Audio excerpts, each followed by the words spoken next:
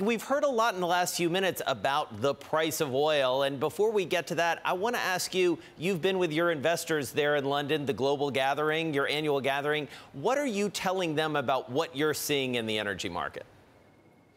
Yeah, well, we had our annual meeting last year with our investors, as you said, last week. And as you can imagine, the volatility and cyclicality of the space is very front and center with the decline in commodity prices.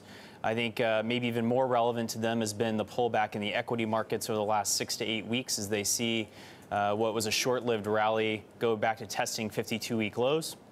So for us, we've been spending a lot of time talking to our investors about the way our portfolio has been positioned, really to look for companies that have upside optionality, but really well positioned through defensive nature of many of the companies to be resilient through a prolonged downturn here where we don't necessarily see a significant catalyst for commodity prices moving up for the near term at least.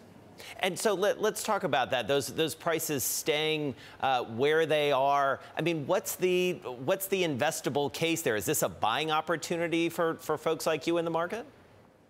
I think it is. I think it brings a bit of rationality back to sellers in terms of their expectations. Remember, in the private sector, you have much fewer markers for price expectations, and so people get enticed by recent valuations that have been seen in the public market. We had an IPO window open up where valuations went to relatively healthy levels, in my opinion. And so as long as we can have price signals like this, have sellers' expectations come down to rational levels, it does create some very good opportunities for us.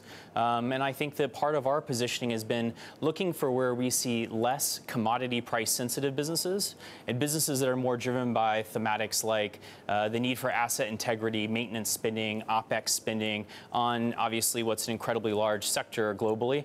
And there has to be a lot of ongoing spending to keep the business running. And that's where we're looking for more investments at this point in the cycle.